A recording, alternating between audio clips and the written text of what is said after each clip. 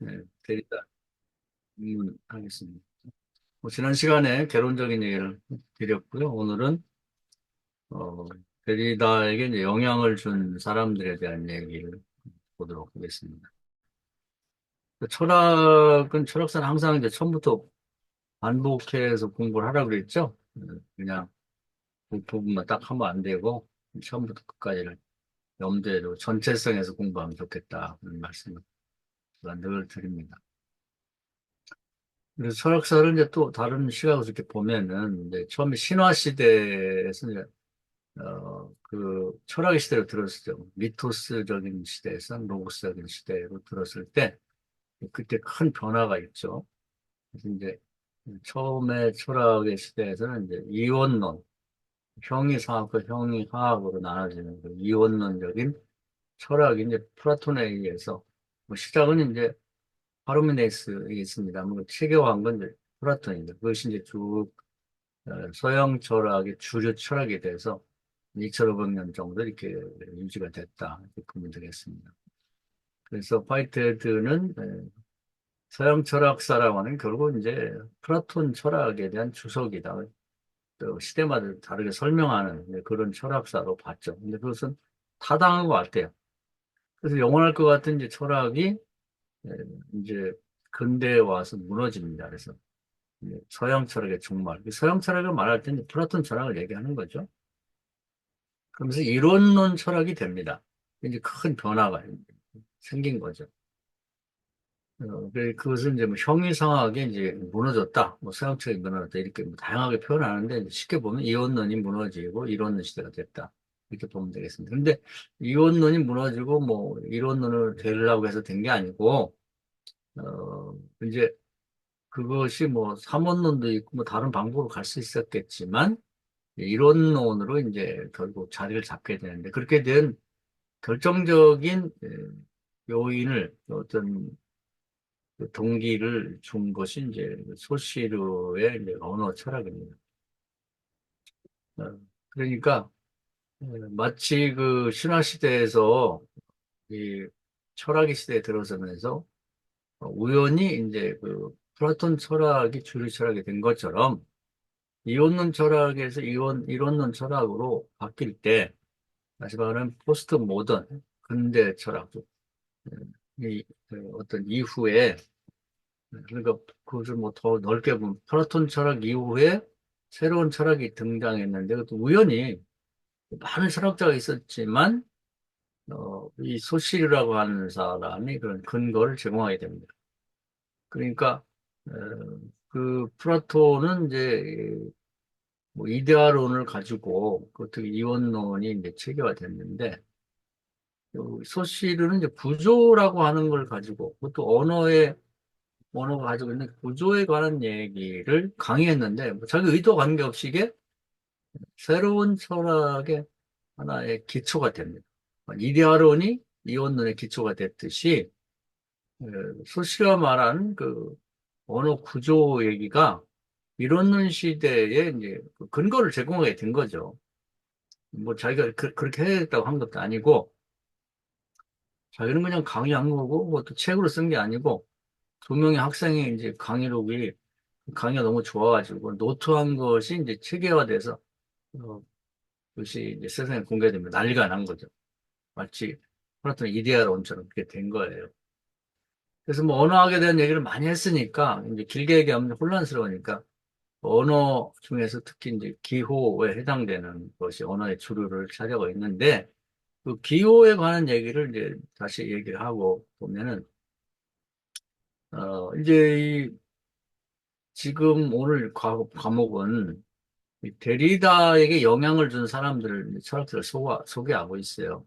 그러니까 소실가 있고 하이데크가 있고 뭐 말레르가 있고 니체가 있고 헤겔이 있는데, 그들의 철학에서 영향을 받고 그다음에 이제 그것을 이제 데리다는 자기 나름대로 철학으로 변화를 시키는데, 어떤 영향을 받느냐 하는 건데, 따지고 보면 이제 이게 이 구조주의에서 가장 중요한 인물들이기도 합니다. 그래서 소시르의 이제 언어학을 보면은 데리다가 가장 큰 영향을 받은 사람 중에 하나의 철학이기도 하니까, 이 모든 세계에 세상에 이제 종족이 있단 말이에요. 수도 헤아릴 수 없이 많은 종족이 있는데 신기하게도 그 종족에게는 말이 있더라고요, 언어가. 근데 그 언어를 들여다보면은 이제 뭐 다 기표와 기로 돼 있단 말이에요. 근데 기표와 기는 그 누가 만들려고 해서 만든 게 아니고 자연스럽게 이렇게 만들어졌단 말이죠. 그러니까 이 언어, 모든 종족의 언어는 신이 만들어준 게 아니에요. 그리고 사람들이 모여갖고 이렇게 하자고 만든 게 아닌데 자연스럽게 만들어진 거예요. 그 여기서 이제 신과 인간이 이 세상의 주체에서 멀어지게 됩니다. 심지어는 주체가 죽었다. 주도권을 행사하지 못하는 거예요, 여기서는. 이 언어 구조의 문제에 있어서는. 자연 발생적으로 언어가 생긴 거예요. 그런데 이게 이제 들여다보면 이제 기표와 기울이 돼 있는데 말과 그 의미로 돼 있는 거죠. 근데 한 번 만들어지면 거기서 태어난 그 종족은 그걸 배워서 그대로 사용을 해야 돼요. 이 언어 구조에만 갇히는 거죠. 자기가 일어나서 그걸 바꿀 수가 없는 거예요. 그런데 이제 그 언어, 그 기호가 만들어진 것은 사실은 뭐 의도한 건 아닌데 차이 때문에 이제 만드는 거예요. 그래서 뭐 제가 많은 얘기를 드렸었는데 뭐 바다에서 이제 뭐 머리가 세모지고 몸통이 네모지고 다리가 10개인 생물을 발견했다. 처음 본 거죠. 이걸 그냥 내버려 두면 안 되잖아요. 그러니까 이거에 대해서 뭐라고 이름을 질까? 그래서 이제 기표를 다른 거, 쭈꾸미라든지 뭐 낙지라든지 뭐 무슨 문어라고 구별하기 위해서 그냥 오징어라고 하자. 이렇게 우연히 누가 말을 한 거예요. 그래서 이제 그것이 기표가 된 거지. 그러니까 이 바다에 사는 처음 본 생물하고 오징어라고 하는 단어하고 아무 관계가 없어요. 쭈꾸미 오징어, 뭐 쭈꾸미 낙지, 뭐 문어하고 구별하기 위한 의도로 오징어라고 이름을 줬을 뿐이에요. 그리고 이제 그 기표에 대한 기의는 바다에 잡히는데 머리가 세모지고 몸통이 네모지고 그리고 이제 다리가 10개고 위험에 처하면 먹물을 뿜고 다니는 것이다. 이렇게 정해진 거죠. 그다음부터는 그런 종족에게 태어난 사람들은 그걸 다 그냥 뭐 오징어라고 부르는 거예요. 그런 생물에 대해서. 나는 오징어를 낙지라고 부르다. 그러면 안 돼요. 그 사회에서 살 수가 없는 거죠. 그래서 한번 만들어진 언어의 구조 속에서 태어나서 그 구조에 따라서 사용하고 구조에 따라 살다가 죽는다. 이게 이제 아주 중요한 어떤 철학적인 체계를, 구조를 우리에게 말해준 거예요. 그 시대 사람들에게. 그 신기하잖아요? 그런데, 이제 가만히 들여다보니까 그런 구조가 언어에만 있는 게 아니라 사회 모든 영역 전반에 있더라. 그럼 한번 찾아보자. 그게 언어만 있을까? 그 인류를 통틀어서 한번 이렇게 쭉 원시 시대로 돌아가서 찾아보니까, 레비스 들어가 보니까 인류의 단체, 이 집단에도 이제 그런 구조가 있더라. 그래서 모든 구조들을 다 이제 가로치고 보니까 가정으로 와보면 할아버지, 할머니, 아버지, 엄마, 아들, 며느리, 손자 그런 식으로 이제 구조가 딱 체계가 잡혀 거기에는 이 언어가 딱 있는 거예요. 그 할머니라는 말하고 단어, 이 기표하고 집안에 있는 가장 나이 많은 노인네 여자하고는 아무 관계가 없어요. 그냥 이름을 붙인 거야. 근데 그렇게 붙여놨더니 그 이후에 태어난 사람은 다 그 가장 나이 많은 얼굴이 쭈글쭈글한 노인네 여자에 대해서 할머니라고 부르는 거죠. 그걸 뭐, 나는 할아버지라고 부를 거야. 할머니한테 할아버지 안 됩니다. 할머니 보고 엄마라고 부르면 안 돼요. 그러면 거기서 살 수가 없는 거야. 그런 구조에 갇혀서 살더라. 기표가 기가 인류 그 사회 속에 있는데 그게 원시 사회도 있고 현대화된 지금도 있더라. 그런 구조를 본 거예요.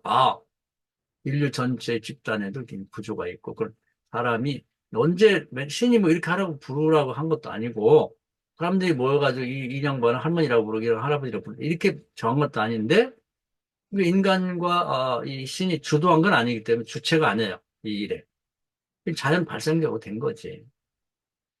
근데 한 번 만들어지니까 그 구조에서 태어난 사람은 그걸 배워가지고 그대로 거기에 따라서 말하고 행동하다가 이제 죽는 거죠. 그리고 이제 그것이 그러면 인류에만 있을까? 우리 정신 세계는 없을까? 무의식을 이제 그 속을 들여다보니까 락강에 보니까 거기도 있더라. 이 그럼 경제 관계에서는 없을까? 그래서 알티세르가 보니까 경제 관계 속에 있더라는 거예요. 그 모든 것 속에 있는 거예요. 이걸 더 확대해 보면 교회도 있잖아요. 목사가 있고 장로가 권사 집사가 있고 뭐 회장이 있고 그대로 해야 돼요. 지금 와가지고 이제 그걸 구조를 바꾸겠다. 내 마음대로 바꿔지는 게 아니죠. 거기에 따라서 이제 시험도 보고 또 거기에다 목회도 하고 그래야지 되는 거지. 안 되면 이제 퇴출 당하는 거예요. 그럼 그게만 있느냐? 학교 가면 학교도 다 있어요. 교장부터 다 시작돼요. 수업 시작하는 시간이 있고 끝나는 시간이. 거기에 맞춰 가야 되는 그 구조에. 나는 뭐 내 마음대로 갈 거야. 9시에 학교 수업에 난 12시에 간다.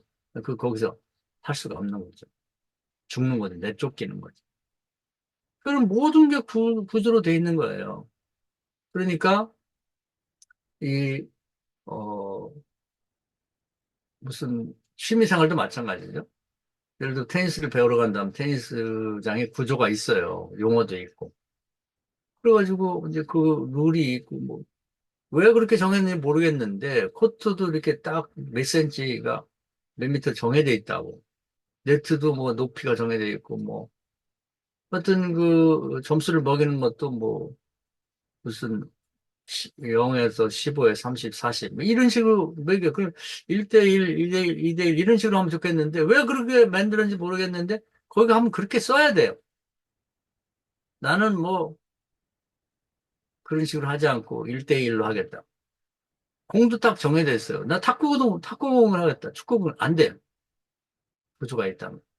과학에 대해서 프랙탈 이론이라는 게 있습니다. 그래서 눈 같은 것도 큰 것도 그 육각형으로 되어 있고 작은 것도 육각형으로 되어 있고 그런 식으로 구조가 다 들어있다는 거예요. 그런 시각으로 보면. 이게 그런 식으로 해서 세상을 그런 시각으로 다시 본 게 구조주의입니다. 제 인간은 구조에서 태어나서 구조에서 살다가 구조에서 죽는 거죠.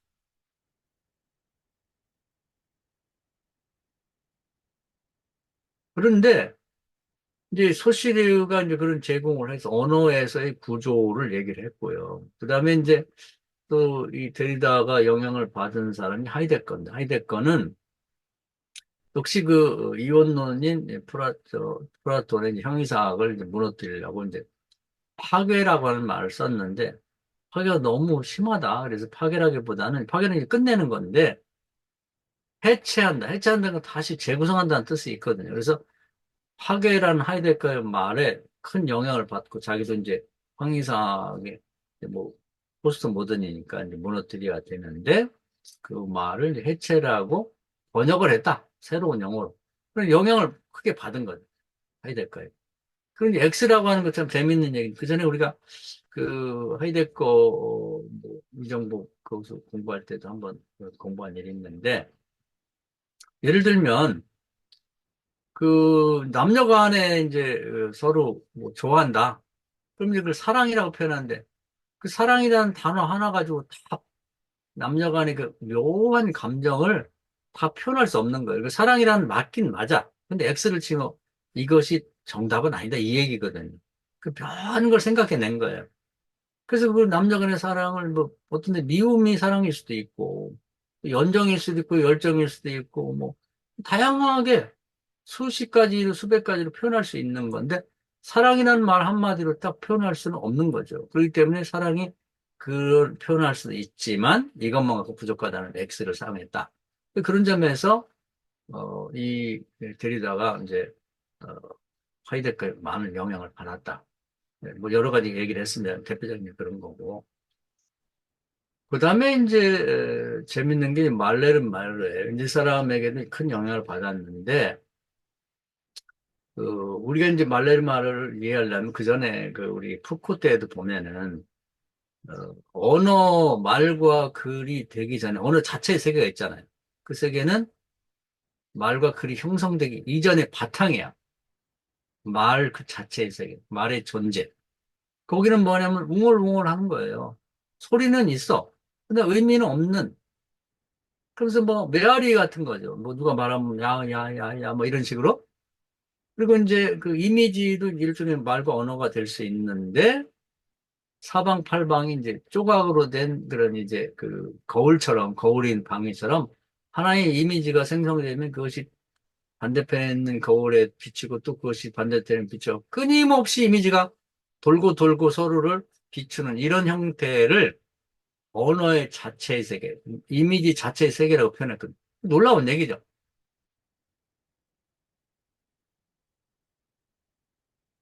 그런 다음에 이제 또 이 칸트도 우리가 공부했죠. 미에도 보면은 판단의 비판이 이제 미학인데, 거기 보면 이제 모든 사람이 아름다운 거고, 아름답다고 하고, 이제 뭐, 추한 걸 뭐 추하다고 하는 그 공통 감각이라고 그래요. 마치 이제 인식론에서, 오성과 또 뭐 감성과 오성과 이제 뭐 이성 이렇게 구분하면서, 감성은 시간과 공간을 잡히고 거기에 뭐 양질, 관계, 양상 이런 것들이 오성에 마치 그물망처럼 있어가지고 시간, 공간에 잡힌 것들이 이렇게 한번 서베이를 한 다음에, 아, 종합 판단 이성. 아, 이거 사람이네. 아, 저거 나무 의자구나. 이렇게 판단한다는 거죠. 그것처럼 이 미학에 있어서도 이제 사람이 감각이 있어가지고 딱 규정할 수는 없지만 마치 오성과 같은 것들이 이제 대부분의 모든 사람들 태어날 때 장착하고 난다는 거예요. 태어난다는 거예요. 그래서 똑같은 걸 보고 똑같은 아름답다고 하는 거예요. 그 쓰레기 보고 아우 아름답다. 물론 정신 나간 사람 그런 사람 있겠지만 정상적으로 볼 때는 그 냄새나 그 형태가 다 모노되어 있기 때문에 더럽다고 보는 거죠. 공감각이 있다는 거예요. 근데 장미를 보고 더럽다고 하는 사람 없거든요. 똑같이 아름답다고 하는 거지. 공감각이 있기 때문에 이제 그 미라고 하는 세계가 형성이 가능한데 이런 그 아름답다 추하다는 그 바탕이 되는 게 있어요. 미 자체의 세계. 그 순수한 미의 세계인데 그건 재료의 세계이기도 하고 이제 그냥 그 어떤 아름답다 추하다를 이제 논하기 이전에 그 어떤 아름다운 세계 자체의 세계라고 보면 되겠죠. 그걸 숭고의 미라를 숭고의 미. 그래서 우리가 파란 하늘을 가을 하늘 보고서 뭐 설명할 길이 없죠. 아, 그렇게 순수한 백색. 예를 들면 조선의 백자, 다랑아리 같은 거 봤을 때 뭐라고 표현하겠어? 이거죠, 이거. 이게 이제 숭고미를 얘기하는 거예요. 그래서 글을 쓸 때도 이런 숭고한 아름다움에서 한번 이렇게 어, 걸러서 나온 여러 가지 한 가지를 뽑아낸 그것을 말하지 말고 어떻게 우리가 말과 글을 통해서 어떤 사람은 이제 그림을 통해서 그 바탕의 세계를 드러낼 것인가. 이게 이제 말레르메르의 시학이에요. 이 시학. 그러면서 이제 그것을 이제 데리다도 이제 배워야겠다. 글쓰기에서 그런 얘기를 하면서 이제 한 가지 그 문장을 예를 들면 그런 거예요. 왜 이렇게 해야 되느냐? 오늘 책을 보니 그런 얘기가 나오더라. 한 남자가, 아니, 한 사람이 공원에 서 있다. 이제 이 말을 그냥 들으면 아무 문제가 없는 것 같잖아요. 근데 이 문장은 굉장히 모호하고 많은 문제점을 안고 있다고. 이 사람인데 이게 남자야, 여자야, 애들이야, 어른이야. 키가 큰 사람이야, 작은 사람이야. 잘생겼어, 못생겼어. 대머리야, 머리가 좋은데. 다른 사람과 함께 서 있는 한 사람, 이 사람이야. 혼자 서 있는 거야. 공원인데 이 공원이 지금 밤이야, 낮이야. 무슨 공원이지? 뭐 그냥 황토만 많은 그런 뭐, 광야에 그런 오아시스 공원이야, 뭐야. 그 주변에 건물이 있어, 없어? 날씨가 흐렸어? 아니면 맑았어? 수를 헤아릴 수 없이 수없이 많은 것들이 있는 것 중에서 한, 한 사람이 공원에 서 있다고 하는 말을 가지고 이 전체를 대표할 수는 없다는 거예요. 그래서 이제 이 문장이 엄청나게 많은 것들을 은폐하고 있다, 이렇게 표현해요. 은폐하고 있다. 그러니까 뭐, 무슨 의식의 흐름, 이런 걸 가지고 이제 소설을 쓴 사람 보면, 한 시간짜리를, 한 시간에 어떤 얘기를 갖고, 한 시간에 있었던 일을 갖고, 천 페이지, 만 페이지 책을 쓸 수가 있는 거예요. 왜냐면, 한 사람이 공원에 서 있다고 하는 것만 가지고 나머지 은폐되어 있는 걸 다 드러낸다고 보세요. 그날의 하늘은 어땠고, 날씨는 어땠고, 그다음에 온도는 몇 도였고, 주변에 사람이 있었는지 없었는지, 도시인지 농촌인지, 거기에 주변에 건물이 있었는지, 그 사람의 모습은 뭐, 눈이 컸는지 작았는지, 흑인지 백, 한도 끝도 없이 많은 것들이 내포되어 있는, 그러니까 마치 그 언어의 자체의 세계인 것처럼, 미의 자체의 세계인 것처럼, 이 세계에는 그 자체의 세계가 드러나도록 해야 되는 거예요. 이게 진정 의미에서의 시고, 진정 의미에서의 글이고 소설이고 말이다, 이 말이죠. 이게 굉장히 중요한 얘기를 한 거예요.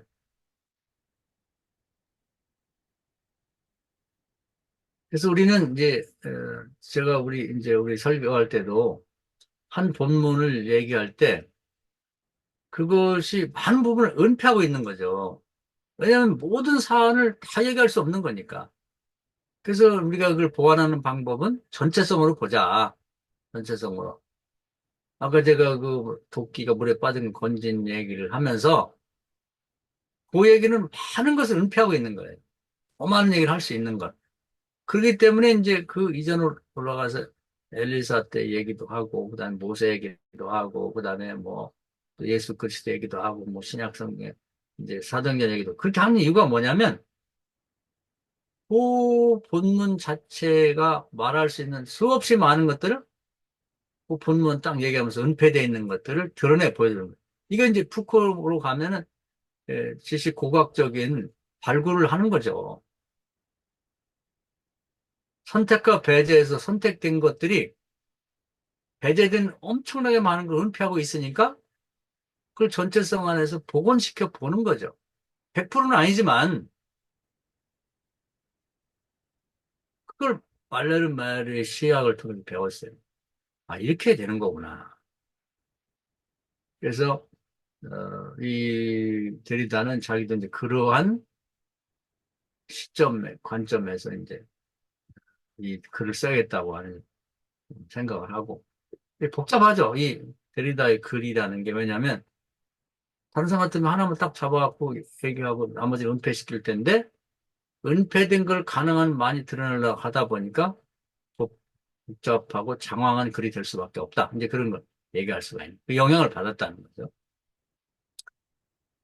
그래서 아마 세상에서 이 그런 스타일로 글을 쓰는 사람이 글이 가장 어려울 거예요. 그래서 뭐 주사위 노래라고 하는 에, 그 시를 뭐 볼 수도 있고 뭐 도대체 뭔 얘기인지 모르겠다 이렇게 얘기를 하는데 그것도 뭐 지금까지도 정확한 해석은 없는 거죠. 왜냐하면 그 뭔가 그 뭐 한 가지 그 기표와 그 기를 얘기하려고 했어요. 해석이 가능한데 그걸 가능하게는 바탕의 얘기를 썼기 때문에 저는 뭐 그걸 쉽게 해석할 수는 없지만 이 주사위 놀이라는 말이 나중에 가면 이제 뭐 푸코라든지 아니면 들레즈가 많이 사용을 했어요. 그래서 니체에 대해서 이제 니체의 주사위 놀이다 하는 책을 썼습니다. 지금 책 제목 자체가. 주사위 놀이는 뭐냐면 이건 제가 개인적인 생각이에요. 이제 이 수많은 뭐 예를 들면은 아까 얘기한 이 공원에 한 사람이 서 있다 이렇게 됐을 때 그 수없이 이렇게도 쓸 수 있고 저렇게도 쓸 수 있는 게 주사위 놀이란 말이에요. 우리가 실제계, 상징계, 뭐 상상계, 상징계 얘기할 때도 수없이 많은 논의가 있었다고 하잖아요. 이렇게 하자, 저렇게 하자, 이렇게 하자, 저렇게 하자 해서 하나가 결정되듯이 이 공원에 어떤 사람이 서 있는 거에 대해서 이렇게 쓸까 저렇게 쓸까 그 작가들은 시인은 끊임없이 주사위 놀이를 하는 거예요. 한 흑인이 서 있다고 할까? 한 사람이 서 있다고 할까? 한 아이가 서 있다고 할까? 수없이 이렇게 할까 저렇게 할까 하는 것이 이제 주사위 놀이죠. 그러다가 이제 결론은 한 사람이 서 있다고 치죠. 이렇게 해서 하나가 선택되는데 그러면서 이제 그 나머지 선택받을 수 있는 가능성이 있던 것들은 모든 문장과 상황은 다 삭제가 되는 거예요. X가 되는 거예요. 그래서 어떻게 이 그 전체를 어떤 하나의 기표와 기의 하나의 문장으로 확정하고 나머지를 다 X치는 그런 것이 아니라 가능하면 이 공원에서 뭔가 내가 받은 그 전체적인 그 감동이나 이런 것들을 하나의 문장으로 이렇게 나머지를 은폐시키는 것이 아닌 방식으로 이걸 드러낼 수 있겠는가? 실을 수 있겠는가? 이게 얼마나 어려운 거예요. 그 사람들이 이해를 못하는 게 뭔 얘기야? 우리는 이제 기표와 기에 익숙해져 가지고 이게 뭔 얘기야? 한마디로 뭔 얘기야? 이걸 추구하거든요. 그건 엄청나게 많은 은폐된 것들을 그냥 무시하고 넘어가는 것이죠. 우리가 뭐 우리는 설교자니까 설교를 할 때도 이걸 항상 염두에 두셔야 돼요. 왜 이것은 선택되고 나머지는 배제됐을까? 이 배제된 것이 무엇일까? 그 가장 완벽한 성경 전체에서 어떤 모델이 전례가 있으면 그걸 바탕에 놓고 살려내서 복원시켜 보여주는 것. 뭐 설교가 다른 게 아니라 그런 거라고 보면 되죠. 문학적인 면에서 봤을 때. 그다음에 니체는 이제 그 기독교의 어떤 형이상학적인 변화할 수 없는 것들을 파괴하겠다. 이게 이제 목표입니다. 특히 이제 창조부터 종말로 이어지는 그런 역사에 대한 관점 이런 것들을 파괴시키고 그런 건 없다. 시작과 끝이 어딨어? 이 세상은 그냥 계속해서 이제 반복되는 것밖에 없다. 윤회하듯이 이렇게. 그래서 이제 뭐 꽃에서 꽃이 나오고 사람에서 사람이 나오고 염소에서 염소가 나오는 방식으로 처음부터 그랬고 지금도 그렇고 미래도 그렇게 전개되는 것이 이제 세상이다. 그런 생각을 갖고 있었는데 이제 드리다도 거기에 영향을 많이 받았죠. 그래서 기독교적인 가치, 기독교적 역사관 이런 것들에 대해서 이제 니체적인 영향을 받고 이제 그걸 받아들이겠죠. 그리고 이제 해겔 얘기가 나오는데요. 해겔은 이제 끊임없이 이제 세상이 가만히 있지 않고 정반합으로 계속 변화가 된다. 발전해 나간다. 이렇게 보고 있는데 그런 식으로 이제 세상은 가만히 있는 건 아무것도 없고 모든 영역의 모든 것들이 다 정반합으로 변화가 된다는 그 변화에 대한 얘기를 받아들입니다. 그래서 다양한 것은 영향을 받았어요. 근데 그거에 대해서 그냥 그대로 영향을 받은 걸로 끝나는 게 아니고 그러던 자기 나름대로 비판을 가하게 됩니다. 그래서 이제 그것까지 우리가 이제 그 얘기를 이제 하고자 하는 거예요. 이게 이제 가장 큰 그 이 과목의 그 우리가 공부해야 될 점입니다. 그래서 이제 소실의 그이 구조주의적인 언어학에 있어서는 그 차이를 위해서 기표와 기의가 만들어졌는데 그것이 고정되고 확정된 게 아니라는 거예요. 그래서 그것은 이제 끊임없이 기표도 변하고 기의도 변하고 있다. 그래서 그 차이라고 하는 것을 이제 중요하게 이제 소실로 봤다면 이 사람은 차이연이라는 말을 썼어요. 어, 디퍼런스 영어로 말하는 프랑스는 디페랑인데 이게 가장 중요한 이 사람의 얘기입니다. 마치 하이데크의 존재가 중요하듯이 디페랑 디퍼런스. 그래서 difference인데 거기 E를 갖다 A로 바꾼 거. 그래서 발음은 똑같은데 내용을 세상 없는 단어를 만드는 거죠. 그 차이는 뭐냐면 차이가 한 번으로 고정되는 게 아니, 다른 것과 구별돼서 고정되는 게 아니라 계속해서 이제 이것이 기표도 변하고 기의도 변해야 된다. 그러니까 하이데거는 X를 친 거예요, X. 그래서 그런 예를 들면 우리가 뭐 의자를 제가 그전에 얘기를 들은 얘기인데 그 의자라고 하는 말은 이제 사람이 이제 책상 앞에 놓고 알고 앉아 있는 거죠. 그러면 지금은 의자라고 하는데 그것이 이제 과거로 추적해 보면 의자라고 하기 전에 그 똑같은 물건에 대해서 다른 말을 썼을 수 있다. 방석이라고 할 수도 있고, 그다음에 깔개라고 써 있고, 뭐 다른 용어들이 쭉 있다가 이게 조금 지금은 이제 이 다른 거 구별하는데 의자라는 말이 좋아서 의자라고 돼 있지만 앞으로 가면 의자라는 말보다 더 좋은 단어로 바뀌어갈 수도 있다. 아직 확정된 게 아니니까 차연, 이루어지고 있는 것일 뿐이다. 그래서 이게 틀린 얘기는 아니면 X를 쳐야 된다는 거예요. 그 얘기입니다. 이 차이를 위해서 기표가 만들어졌는데 이 기표도 확정된 건 아니고 앞으로 변화될 가능성이 있다는 의미에서 미뤄야 된다. 그런 의미예요. 그 다음에 이제 기의도 마찬가지예요. 기의도. 의자에 대한 기의는 앉는 건데, 그것이 현재는 이제 앉는 걸로 고정이 돼 있어요. 사람이 앉는 걸로. 그러나 그것도 이제 언제든지 변할 가능성이 있다. 지금도 변하고 있고. 그 의자는 똑같은 의자의 같은 대상인데, 이걸 어떤 사람에게는 꽃받침을 쓸 수가 있고, 어떤 사람에게는 뭐, 그, 부셔뜨려가지고, 무슨 난로에 있는 화목이 될 수 있는 거고, 어떤 사람은 의자가 될 수 있는 거고, 어떤 경우는 이제, 싸우다가 그걸 들어서 던지면 무기가 될 수 있는 거고. 그러니까 기표가 기의는 확정 딱 된 게 아니고, 기표 기의가 있는 그 구조는 있지만, 그 안에서 끊임없이 변할 가능성이 있다는 의미에서 차이를 위해서 기표와 기회가 만들었지만 미뤄지기 때문에 차이연이라는 말을 써야 된다. 이런 얘기예요. 근데 맞는 얘기죠. 그래서 이제 구조주의를 위해서 소실의 구조, 언어 구조를 받아들이지만 자기는 거기에다 덧붙여서 차이를 차이연이라는 말로 바꿨다. 그런 얘기죠. 그런 이제 하이데거는 다 받아들이는데 이제 그 데리다가 하이데거를 비판하는 건 하이데거는 항상 존재와 존재에 대한 존재 중심으로 이제 본다는 거예요. 근데 현대철학 와보면 존재가 주체로서의 존재는 없다는 거죠.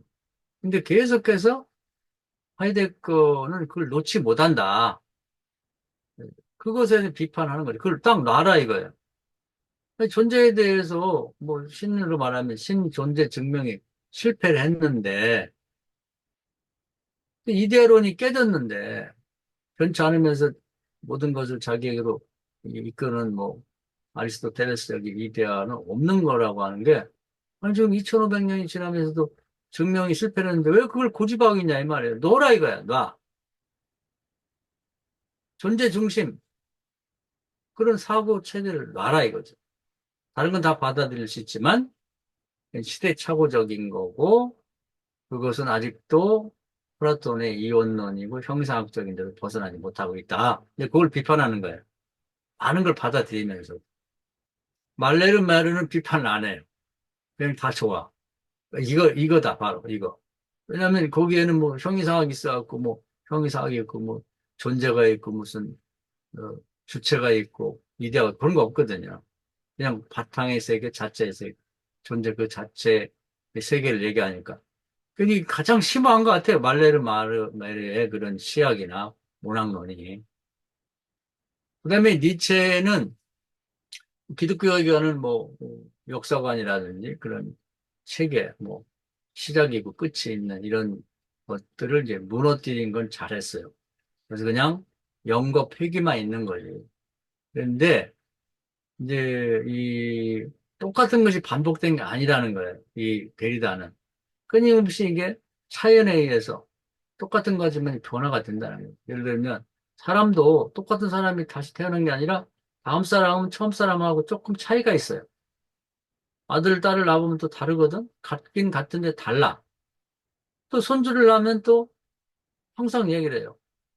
우리 이제 손자도 이제 둘째 녀석은 너 누구 닮았어? 그러면 엄마는 많이 닮고 아빠는 조금 닮았어. 이렇게 얘기한단 말이죠.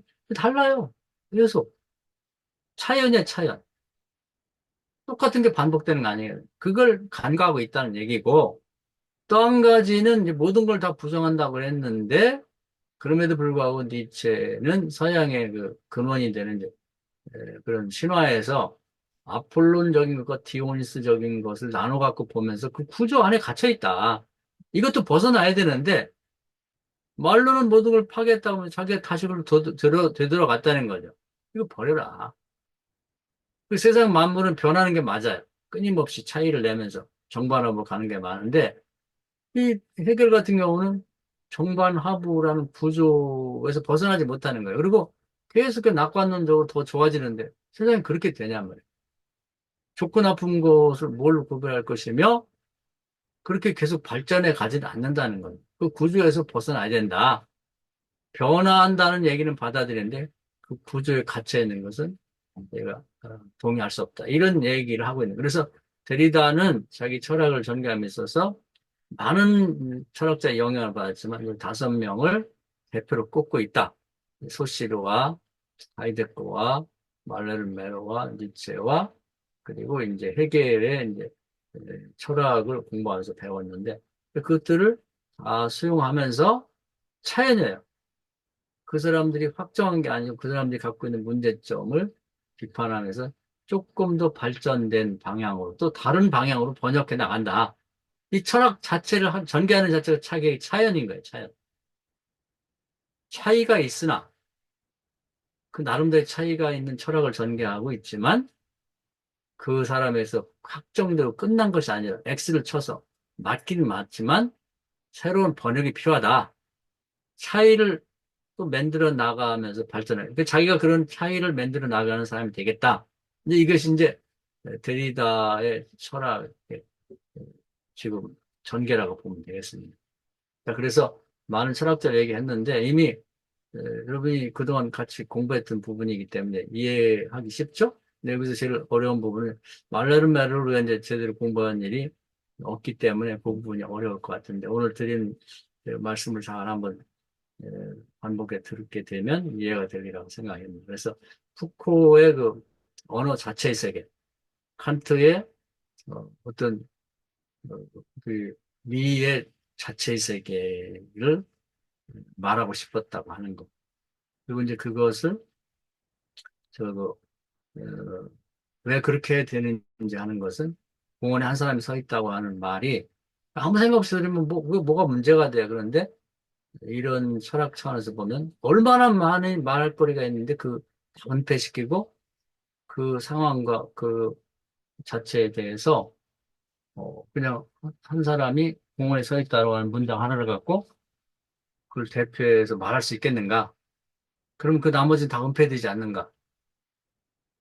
그런 문제거리를 안고 우리가 이런 말레르 마르가 하고 싶은 얘기를 우리가 귀담아 들을 필요가 있다. 근데 이걸 이해하면 설교를 준비하는데 굉장히 준비가 도움이 많이 된다 하는 것을 또 말씀드렸으니까 한번 그 부분을 이게 한번 다시 들으면서 정리를 하고 넘어가면 좋을 것 같습니다. 강의 여기까지 하겠습니다.